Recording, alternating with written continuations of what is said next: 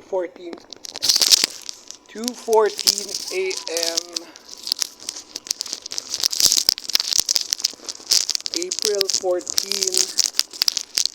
April 14, looking for the mic. April 14, 2026. RP, this is a J3 Kapati compound. I just got ice from McDonald's intersection CSFP and KFC OG Road CSFP and KFC OG Road CSFP. Also got a fried chicken. I placed it here sa cup na to. But yeah, the chicken, I threw it away somewhere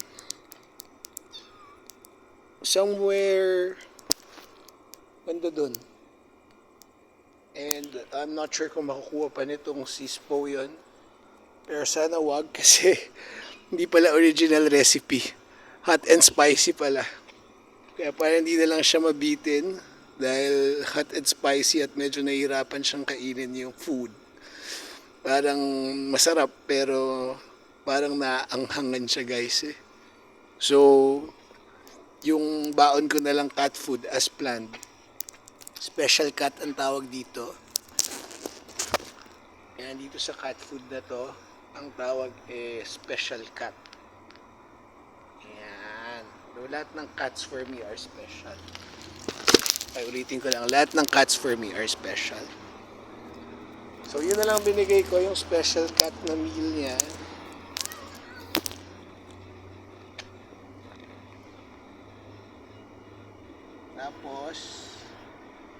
Tapos, yun, hopefully, hindi siya masyadong mabad trip dahil hot and spicy yung chicken. And, yeah, pero thank you pa rin, Arian, for the fried chicken for the cat. And yeah, nagkataon lang di siya original recipe, so I had to throw it away. And hopefully you can go to Dusit Thani Hotel. Arian is the manager of the fast food shop or fast food joint that I got ice from sa KFC OG Road. So yeah, as far as I know, she's the manager there. Parang si Erica. Si Dodoy, friend ko doon, part of the crew.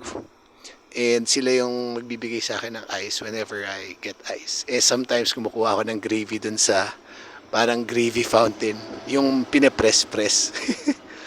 I think that's okay because I'm a regular customer of KFC ever since. And yeah, I was happy with KFC simula nun. And speaking of KFC guys, kami ni Dennis, birthday niya ngayon, si Dennis Pinpin Gadi, my first cousin from the mother side. Uso pa nun rice or roll with the fried chicken, and wala pa yatang hot and crispy or hot and spicy. Wala pang spicy chicken nun. Dito sa Philippines at least. Original recipe lang. You can go with the rice or with the roll. And si Dennis, proud na proud siya. Roll ako. Ako, nung sinagot ko, tinanong niya kung rice or roll ako. Sabi ko, chicken with, sabi ko rice. And sabi niya siya, roll daw, roll. Masaya daw siya sa roll. Roll meaning yung bread na kasama ng fried chicken. So yun, happy birthday Dennis. If ever you'll be able to watch this. And I'm really happy with all the things that you have given me noong birthday ni Tita Tess last March 15. And si Joaquin din, yeah, siya yung daddy ni Joaquin, yung nagbigay sa akin ng bola. And okay naman kay Dennis at Monica na nagkabola ako. So I was really happy. Going home to Philinvest 1 in Quezon City. Then going back here, I have the ball. Hindi ko talaga binitawan yung bola all the way. Nasa eco bag ko siya. At siya pa yung dala ko, I think pati sa loob ng bus. And yung mga ibang gamit, nandun sa ilalim ng bus. So thank you Dennis, Joaquin, and Monica. That's the Gadi family. So lahat ng binigay nyo. And noong March 15. And happy birthday to you, Dennis Pinpin Gadi. MVP. Diba? Una pang nag-MVP sa akin yan. Sa amin, actually tatlo kami magpipinsan na nag-MVP pero si Dennis ang pinakauna. Sa mother side yan. Birthday niya today, and yun nga, sakto naalala ko lang when he was really happy about having a fried chicken and a roll. Roll is a bread. So yeah, kaming dalawang magkasabay lumaki. Kaming dalawa ang makulit sa loob ng sasakyan pag pauwi, galing sa mall or kung saan man. And I think yung KFC na pinuntahan namin was in Green Hills. I think San Juan yun eh. That's not Quezon City, I think. Pero we live in Quezon City during that time. And si Dennis rin ang hinihiraman ko ng Game and Watch simula nung bata ako. Game and Watch ba tawag doon? Yeah, Gaming Watch or Game and Watch. Basta yun ang tawag doon. Yun ang mga uso nun. Before nagkaroon ng mga Game Boy. So yeah, happy birthday to you, Dennis. You're 44 now. And more happiness to you and your family. Yun lang. And ano pa bang gusto kong ikwento about Dennis? Well, siya rin yung kasama ko nagwo-workout sa 95R. Kasi nakatira lang siya katabi ko sa 94R. So when my father died, tumira na ako sa 95R. I was 10 years old.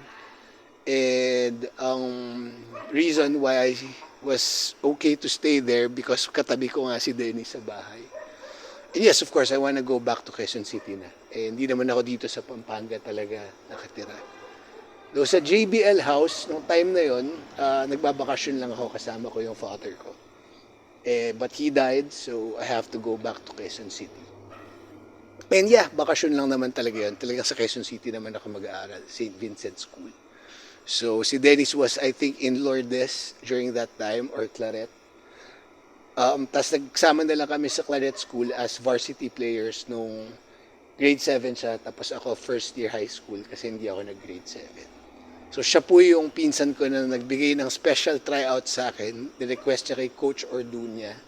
That's why yung high school dream ko of being a varsity player was fulfilled.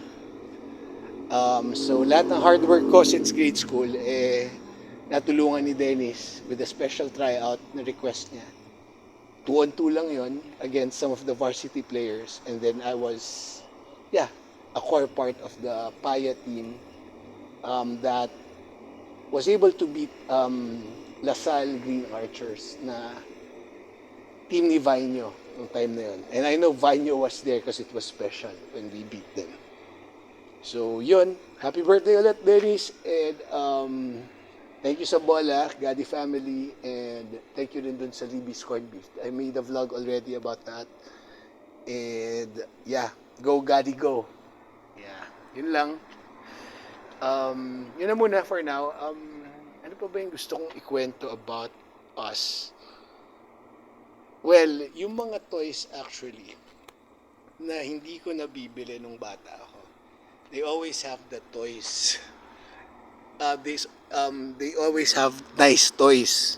Si Joffel, si Dennis, nung mga bata pa kami. So, lagay ko ito dito.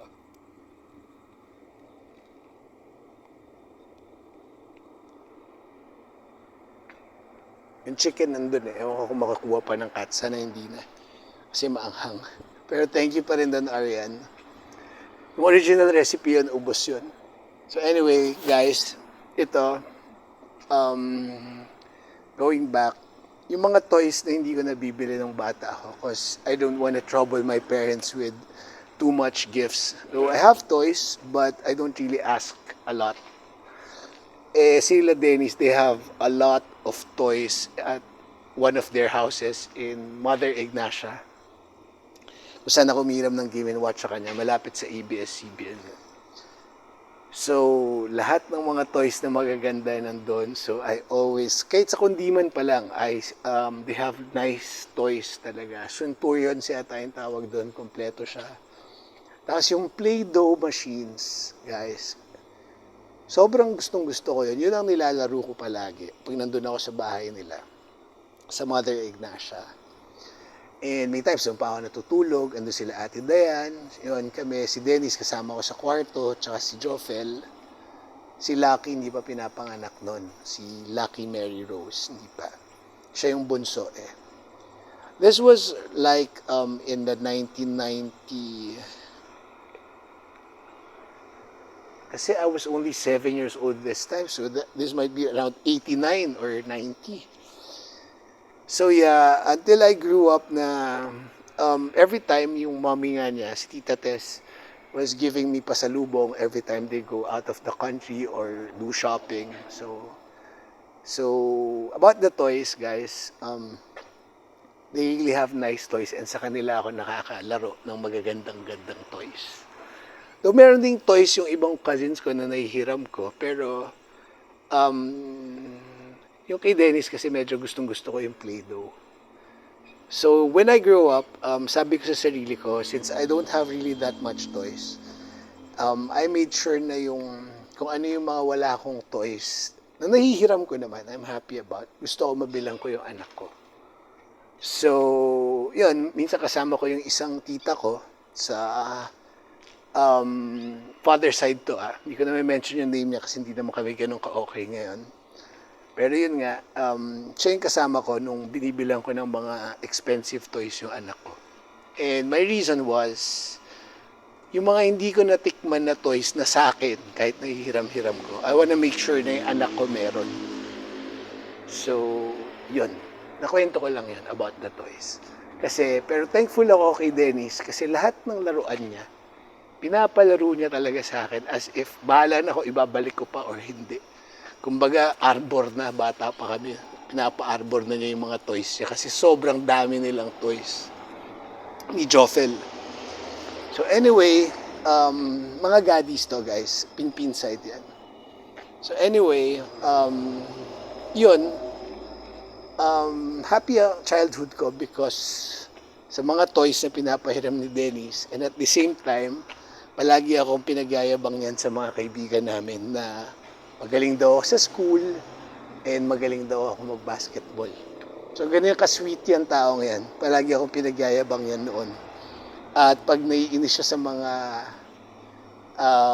tao na naghaharurot-harurot ng kotse sa Philinvest 1, sa akin nagsusumbong yan. Mga teenager kami noon, syempre. So, alam mo naman kung paano yung mga kalakaran pag teenager ka sa isang exclusive school and exclusive subdivision sa Quezon City. So once again, kinuwento ko lang, si Dennis ang nagpapahiram ng maraming toys sa akin, tsaka si Joffel. At yun, si Ate Dayan, hindi naman nakikipaglaro masyado kasi girly-girly siya, syempre. Girl siya eh, so iba yung ano niya, nagbabasa siguro ng books or mahilig lang siya sa pag-aaral kasi medyo matalino din yun si Ate Dayan eh. So I think she reads or she just watch TV habang kami nila Dennis talagang makulit na naglalaro dun sa house sa Mother Ignacia. Yun, so yun, it's his birthday today and yun nga Dennis, sobrang thankful ako sa not just yung mga gifts mo sa akin nung last March 15, no, but, or medyo 16 na yun kasi the next day na yata tayo naghiwalay, mga wee hours ng party. But of course, the time that we spent working out sa bahay ni Lola sa 95R Philinvest 1 nga, katabi ng bahay nyo na 94 Rainier. And the times that we spent playing basketball sa Claret and playing basketball sa Dantes Construction 1997 Black Team. You were like my co-captain during that time and ikaw rin ang namili ng players kasi nagbabakasyon ako sa Pampanga noon. So, and sponsor natin yung family business nyo ng daddy mo, the Dantes Construction. That was one of the most memorable basketball games that I had. And I don't think merong papalit doon kahit makapaglaro pa ako sa MPBL ngayon. So, happy birthday to you, Dennis, and thanks for all the good memories. And fun times natin. Even kahit minsan nag-aaway kayo ni Jeff Espejo at nakakampihan ko si Jeff Espejo, pasensya ka na doon. Siyempre, ayoko lang pakita sa kanya na kinakampihan ko yung pinsan ko.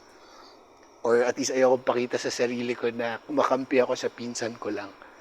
Pero to be honest, nung time na nag-aaway kayo ni Jeff, ewan ko kung ano pinag-aawayan yung dalawa ni Espejo, sa bahay ni Lola nung nag-Sega Genesis tayo na Sonic. I think si Jeff nga yung mali nun. Pero hi to Jeff, Jeff Espejo.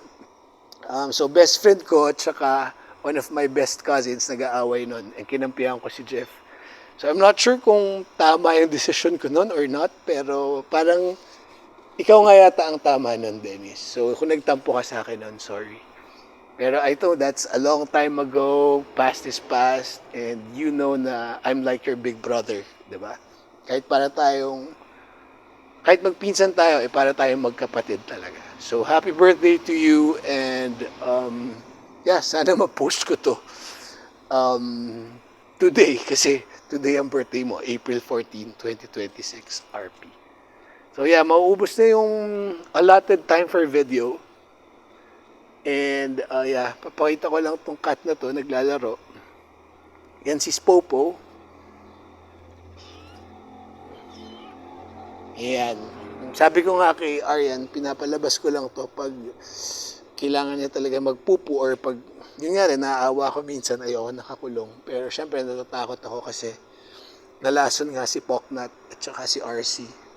So, may mga taong galit sa akin na pusa ko ang pinag-initan. Ayoko sanang ito ay mapag-initan rin. Pero minsan nakakaawa pag nakakulong lang. Lalo na hindi pa maayos yung kulungan, basket lang. So yeah, may mga taong galit sa akin kasi I am really straightforward when I do vlogs, when I talk to people, when I really have to be straightforward in disciplining them. So, siguro, hindi nila ako kaya, so, pusa ko ang pinag-initan at namatay yung dalawa. Sana ito naman, wag nilang patayin, pero pag nahuli ko naman kung sino yung pumatay sa mga pusa ko, ipapakulong ko talaga by all means. Or definitely will be disciplined in the way that has to be done. So, yun lang muna. Once again, happy birthday, Dennis, and thank you, Aryan, for the chicken, KFC, and also, leftover yon guys, para sa cat, and yun, and hi to Dodoy and Erica of KFC OG Road. So, yun muna, peace and quattro. Please like, share, and subscribe. You don't really have to watch all the videos, but try to like all videos that you can. TikTok is King Abstract, and Wine Avenue is on YouTube. Peace and quattro. My Facebook is Wine Kapati CVG. And this is my Viber number for all business inquiries. Let's go global, guys.